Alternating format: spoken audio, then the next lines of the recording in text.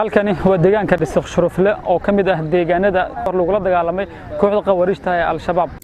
wafdi ka kooban xildhibaano iyo wasiiro ka tirsan dowladda federaalka ah ee Soomaaliya uu hogaaminayo wasiirka gaashaandhigga Soomaaliya ayna qayb ka yihiin taliyaha ciidanka xoogga dalka, wasiirka xigeenka wasaaradda warfaafinta dhaqanka ee dalxiiska Soomaaliya, xildhibaan Cabdisaabir Nuur Shuuriye, saraakiil ka tirsan ciidamada xoogga dalka iyo gudoomiyaasha degmooyinka Cadaado iyo Baxdo ayaa gaaray furimaha dagaalka ee deegaanada hoostaga degmada Baxdo ee gobolka Galgaduud. deegaanada ay tageen mas'uuliyiintan iyo saraakiisha ayaa kala ah Dhuumoodle, Maarsamage, Dhisaq Sharafle iyo Xungud iyo kuwa kaleeto, waxaana ku sugan deegaanadaasi ciidamada xoreynta deegaamadaas, kuwa daraawiishta Galmudug iyo ciidamada xoogga dalka Soomaaliya oo dhowaan weerar ay ku qaadeen kooxda argagixisada ah ee Al-Shabaab ay kula wareegeen deegaanadaasi.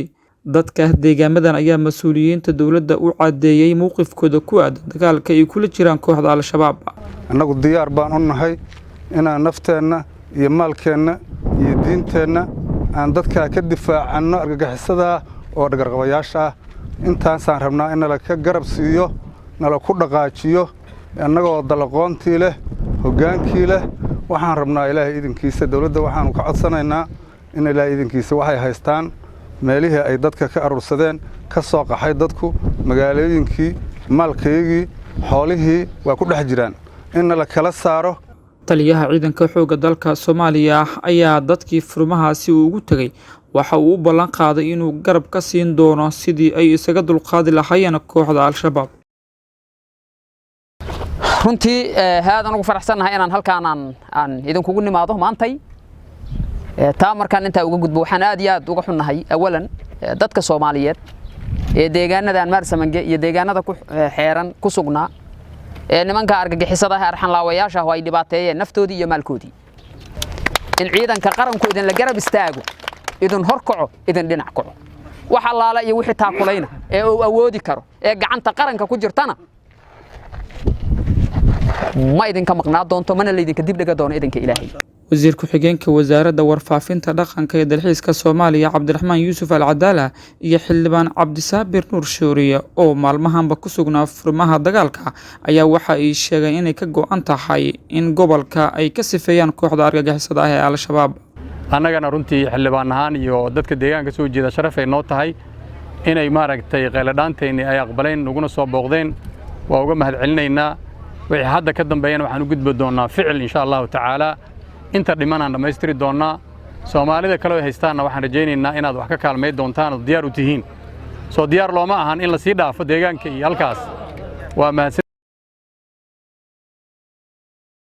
wasiir iyo taliye meeshaan aan joogno waa mid ka mid ah goobihii cadowga khawaarijta ay ku soo duuleen ee ay burburiyeen, ee ay baabi'iyeen, ee ay gubeen dhirtii iyo dhismayaashii halkan ku yaalay oo aad arkaysaan. dadkan sharafta badan oo ah dadkii ku noolaa dhulkaanna ay bannaysteen diinkooda iyo dhiiggooda iyo sharafkooda ay bannaysteen. goobtaan joognahay waa goobtaas.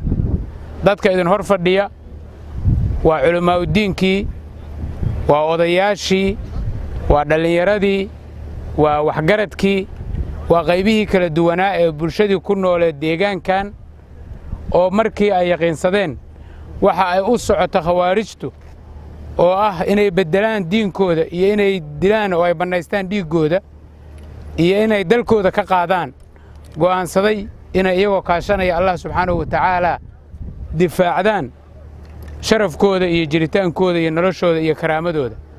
ugu dambeyn wasiirka gaashaandhigga Soomaaliya ayaa sheegay in dowladda Soomaaliya ay garab buuxa ka siin doonto dadka shacabka ah kacdoonkooda, ayna markaasi ku dadaali doonto sidii dadku u xoroosan lahaayeen deegaanadooda. waxaan rabaa markii inaad dareensanaataan, waxaan rabnaa inaan garab buuxo oo dowladdu wax allaal wixii ay awoodo ay idinku caawiso. waxaan kaloo rabnaa in dhagarta cadowga aad loo isaga ilaaliyo, lagana warqabo duruufaha ay shacabkiinu ku sugan yihiin. suuragal ma ahan meel noo muuqato oo mitri jiraan in cadowgu noo joogo. waxaan rabnaa in daqiiqad walba la naafeeyo, laba hal saddex inta loogu baxo bartiisa lagu soo ugaarsado laga soo laabto.